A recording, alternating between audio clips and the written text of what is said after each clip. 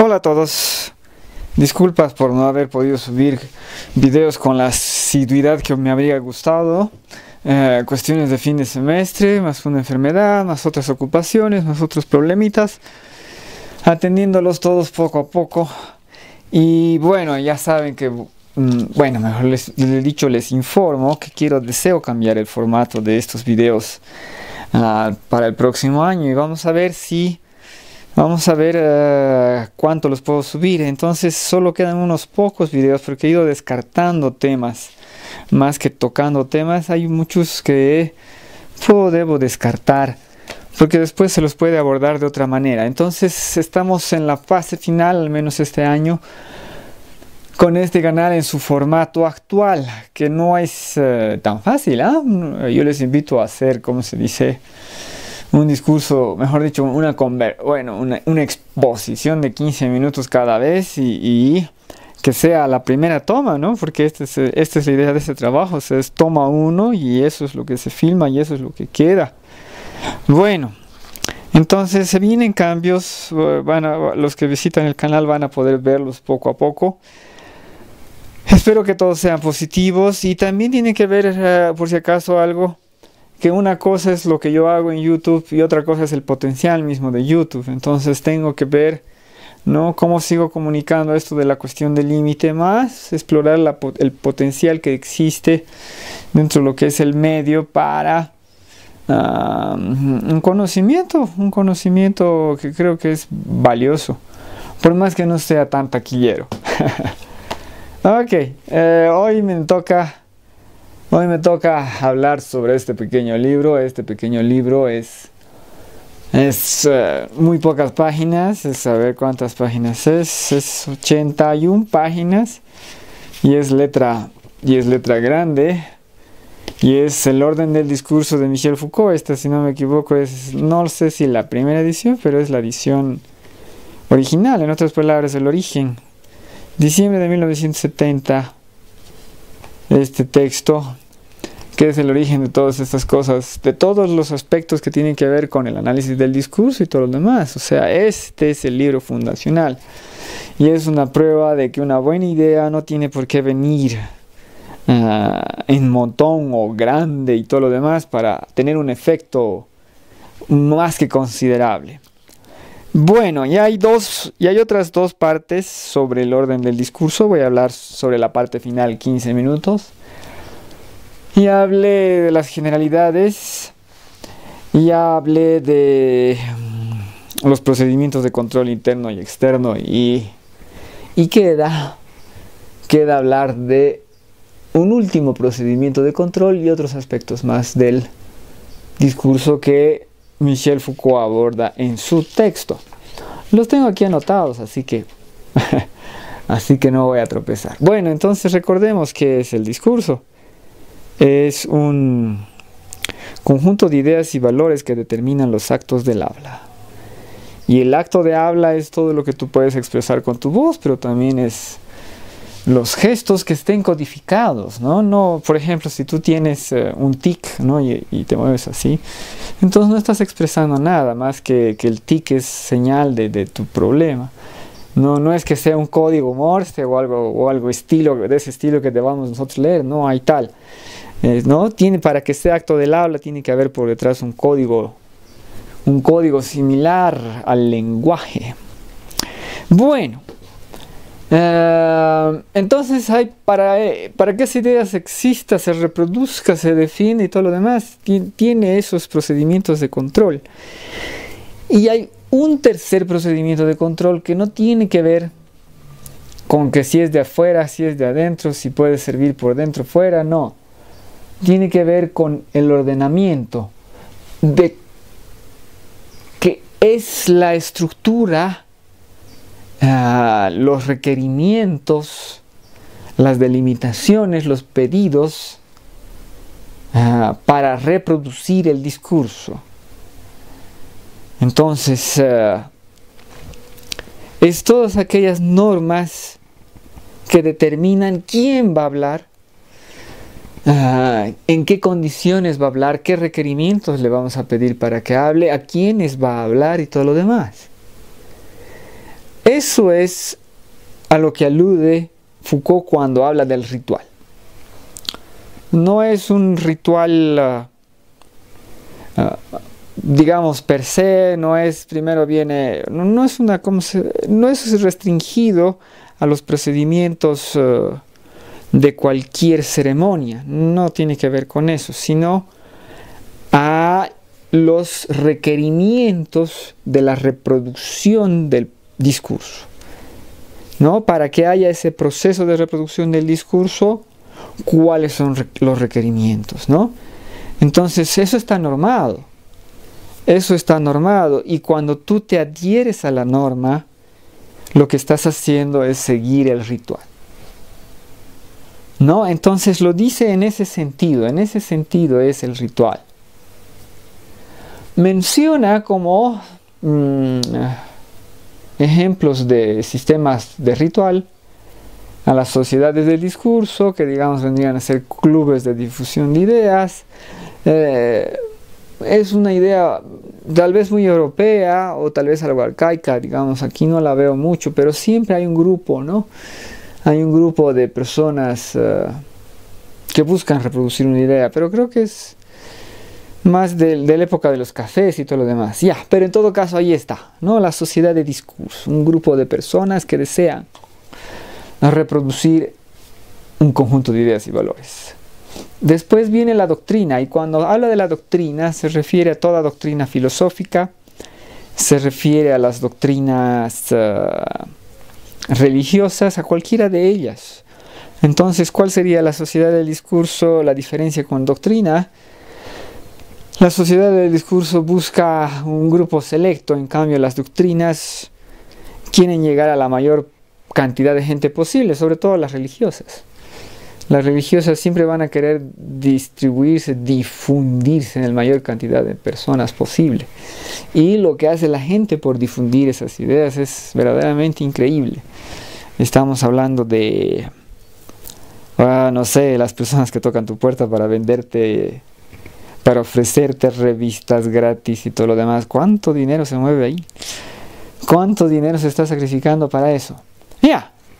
Y finalmente el otro sistema de rituales vendría a ser la educación en sí. Entonces la gente puede decir que no, ¿cómo va a ser la educación en sí? Pero fíjense cómo es la educación, o sea, ¿cuántos años vas tú al colegio? ¿No? ¿Cuántos años vas de educación básica? ¿Qué es lo que tienes que...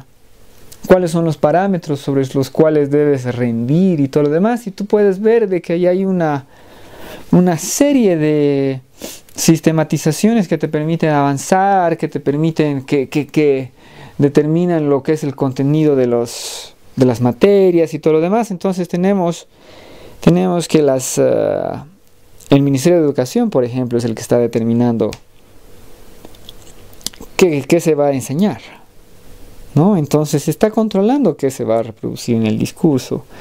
Y seguro que le pueden meter dedo y todo lo demás al contenido de lo que se enseña, ¿no? Entonces, pero, y no solo eso, digamos, ¿qué necesitas para pasar a segundo básico, a tercero básico? Necesitas pasar primero básico, para tercero necesitas pasar segundo básico, necesitas una edad específica para entrar al colegio, no te van a aceptar mucho antes, no te van a aceptar mucho después, sería un descuido grande. Pero entonces el punto es ese, que se está siguiendo un ritual, se está siguiendo una serie de ordenamientos que se deben cumplir. ¿Y por qué se deben cumplir? Obviamente hay un criterio por detrás, ¿no? Pero eso no deja de ser un ritual que se requiera, con el que se requiera cumplir. Seamos sinceros, hoy por hoy, 12 años de educación, 12 años más 5 años universitarios. No, entonces ahí habría que ver, se exige la complejidad de nuestra sociedad, tantos años perdidos. Bueno, obviamente no son perdidos, ¿no? Obviamente estás aprendiendo mucho, pero ¿cuánto de eso podrás utilizarlo y todo lo demás? O sea, ¿cuánto tiene un fin pragmático? Ya. Pero entonces eso es el ritual, ¿no? El ritual es esa administración de la reproducción del discurso, que es uno de los recursos más que tiene el discurso para definir cómo se va a reproducir, por dónde se va a extender, cómo se va a extender y todo lo demás. ¿Por qué? Porque ahí están las delimitaciones de cómo se va a decir, cuáles son los requerimientos. Por ejemplo, digamos, tú eres docente universitario, ¿qué requieres?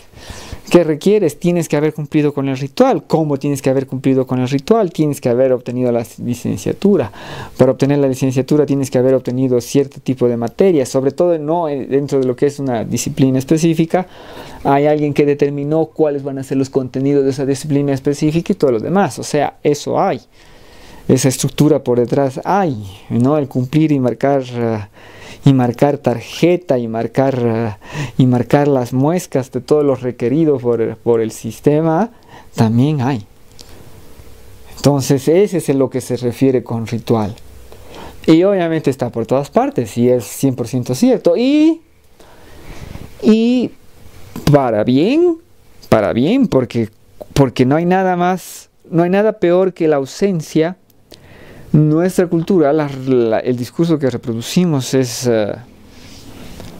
cristiano occidental. Por si acaso, no hay nada peor que el vacío. Eso lo vamos a poder discutir en otra ocasión. Vea, entonces esos son los procedimientos de control interno, externo y ritual. Esos son, ¿no? Los que Foucault alude en su texto. Y después hace otras señalaciones más menores que vamos a hablar de ellas ahora, que es, por ejemplo, los principios metodológicos para abordar el discurso. ¿No? Si tú quieres analizar, estudiar un discurso, tienes que reconocer varias cosas, dice Foucault. Y entonces tiene 4 principios metodológicos. El primero, trastocamiento. Trastocamiento quiere decir que no es que aquí tú tienes un discurso intacto que se reproduce perfectamente, ¿no? Y a lo largo del tiempo, ¿no? O sea, tú tienes más bien un discurso que va variando, un discurso que va cambiando, un discurso que se va transformando, un discurso en proceso de variación. Y eso es trastocamiento del discurso. Después tenemos discontinuidad. El hecho de que se pueda dividir, refortalecer, cambiar y todo lo demás no quiere decir de que todo es una continuidad de discursos que siempre han estado ahí y de que podemos decir, esto estaba allá. Por más que hay elementos que estén en un pasado remoto que se han logrado transmitir, la realidad es de que los discursos pueden desaparecer. No tenemos este conjunto de ideas con las que se ve el mundo y desaparece, y se ve con otro conjunto de ideas que se ve el mundo y desaparece y todo lo demás. No podemos comparar el cristianismo contemporáneo, por ejemplo, con el cristianismo de la Edad Media. No tenemos las mismas valores y perspectivas y todo lo demás. Entonces, ¿por qué? No por ideas relacionadas con el propio cristianismo, sino por ideas relacionadas con todos los demás aspectos de la sociedad. O sea, todo lo que cambia en la sociedad va a cambiar nuestra noción y nuestra mentalidad respecto a lo que se dijo, respecto a lo que se hizo, a lo que se pensaba, ¿no? Entonces ese proceso hay, o sea, no es así, sino de que hay esto, desaparece, surge esto, desaparece, surge esto, desaparece, vuelve a surgir esto. ¿De dónde surge? En algo de eso, pero es nuevo. Entonces, discontinuidad del discurso, reconocer eso. Tercer principio metodológico, especificidad. Especificidad. Entonces, se reconoce que si el discurso es trastocamiento, entonces tienes tú esos cambios, ¿ya? Y de que tú al verlo vas a ver, tienes que ver la manifestación específica y reconocer su especificidad, reconocer su manifestación en el tiempo, reconocer su tiempo. Está ahí y lo que ves ahí es lo que es. En otras palabras, no busques el significado de esta parcialidad dentro de lo que es el pasado. Puedes escogerlo como antecedentes, puedes analizarlo como, digamos, lo previo, como la historia y todo lo demás, pero lo que debes reconocer es esto, de que hay la posibilidad específica, su realidad específica, su realidad del momento es la realidad del discurso. Por ejemplo, a ver, socialismo del siglo XXI. La realidad específica es que es diferente el de Venezuela, de Argentina, del de Nicaragua, del de Bolivia, del de Ecuador. O sea, son fenómenos distintos. Por más que se engloben dentro de una gran ala, son fenómenos distintos. En otras palabras, o en otra palabra, específicos. Finalmente, el cuarto principio metodológico de Foucault para abordar el discurso es el de exterioridad. Tú, cuando analices el discurso, no vas a encontrar el alma de un ente que está por ahí. No vas a encontrar la esencia de las cosas. No. Tú, cuando analices el discurso, cualquier discurso, lo que analizas es su manifestación externa en el acto del habla, ya sea lingüístico, o sea, en sonidos, en fonemas, o en escritura, en gramemas, ¿no? O sea, en escritura, o sea, la versión escrita, ¿no? Entonces, eso es lo que se debe reconocer, que tú estás viendo la realidad externa del discurso. No conoces ¿cómo se dice? El espíritu, la esencia, el ente central. Lo que conoces es lo que ves, lo que se manifiesta, lo que está allá afuera, lo que dijo fulano, lo que dijo sutano. Que vaya uno a saber si lo propuso coherentemente, que vaya uno a saber si estaba pensando en todo, que vaya uno a saber y todo. El conjunto de circunstancias dentro de las cuales emite el discurso. O sea, emite su conjunto de ideas y valores manifestándolo a través del acto del habla. Eso es exterioridad. Tú ves lo que hay en el texto, tú escuchas lo que ha dicho, tú has visto lo que la gestualidad que ha hecho, pero hay que ver si está codificado y todo lo demás. O sea, ¿no? Eso también es importante. Solo puedes analizar el discurso a través de esas manifestaciones externas, a través de lo que hay afuera del hablante, sea una entidad, una persona, una asociación, un gobierno, una cultura, lo que sea. Tú lo ves lo que hay afuera. Ya. Finalmente es importante tener en mente unas 4 nociones que Foucault menciona como principios reguladores del discurso.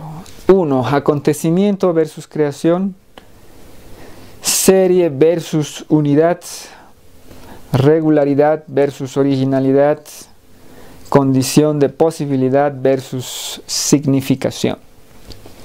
Ya. ¿Qué quiere decir cada uno de estos? Por ejemplo, creación alude a la originalidad de que alguien viene. Bueno, creación es elaborarlo de la nada. No hay tal cosa. Dentro de este océano que es el discurso, digamos, ¿no? Surge un acontecimiento, se manifiesta una voz. Esa voz es el acontecimiento del discurso. ¿Qué sucede dentro de esto, ¿no? Dentro de esa ola de conjunto de ideas y todo lo demás. Entonces, eso es acontecimiento. ¿Qué es serie versus unidad? Por ejemplo, pensemos en la Biblia. ¿Es la Biblia una unidad? ¿O es más bien una serie con ideas que se chocan, más o menos coinciden en algo, difieren en mucho y todo lo demás? Es una serie, no es una unidad. Y es importante pensarlo de esa manera, en el sentido de que a ratos, o mejor dicho, cualquier obra vendría a ser, digamos, una compilación de... Tenemos esta idea, a ver, trabajemos más o menos eso.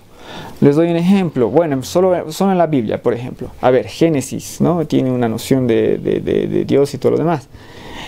Sabemos que tiene dos autores, Génesis. Sabemos que el libro original, o sea, de la Septuaginta, de lo que nos llega, está ahí mezclado dos autores, porque son dos formas distintas de expresarse. Se lo han analizado filológicamente. Ya, entonces, reconozcamos de que esto es una serie de trabajos, o sea, 1, 2, 3, 4, más que un trabajo uno elaborado en sí, o sea, una idea globalizante y todo lo demás. No hay, más bien es varios pedacitos. ¿Por qué? Porque, por ejemplo, el Génesis en el fondo del fondo es 2 pedazos. ¿No? Y después, por ejemplo, podemos ver de que el Nuevo Testamento es un pedazo con una noción de Dios completamente distinta a lo que es el primer pedazo, que es el Antiguo Testamento. O sea, recordemos eso. Y eso es más común de lo que la gente cree. Por ejemplo, en Señor de los Anillos, o sea, tú tienes una historia al principio de los hobbits, y que en el segundo libro ya se convierte en algo fantástico, maravilloso, que involucra un montón de reinos y todo lo demás. Y es esa segunda parte la que va a llegar hasta el final, y también la primera. O sea, es un maravilloso trabajo, pero es un trabajo de serie, más que una unidad completa, estructurada. ¿No? Es 2 pedacitos o 3, bueno, sí, 2 pedazos, digamos, ¿no? Que intentan construirse uno sobre el otro. Ya. Regularidad, de que más bien en oposición a originalidad, lo que hay es un conjunto de ideas que se reproducen de forma constante. Más que ser originales, tienen algo del otro, ¿no? Tienen algo del otro y por eso tienen esa regularidad en su reproducción. Por ejemplo, a ver cómo son las novelas de detectives, ¿no? Tienen una regularidad, tienen unas características que las permiten regularizar. Y después viene condición de posibilidad versus significación. Mira, ¿eso qué quiere decir? Condición de posibilidad, en el sentido de que tú tienes un conjunto de ideas y todo lo demás que obedecen a un muy complejo número de variables en cualquier persona o dentro de una cultura, y eso se manifiesta, ¿no? Condición de posibilidad. O sea, tenemos estas ideas, tenemos este mundo, y eso es lo que se muestra, eso es lo que crea, eso es lo que dice hola.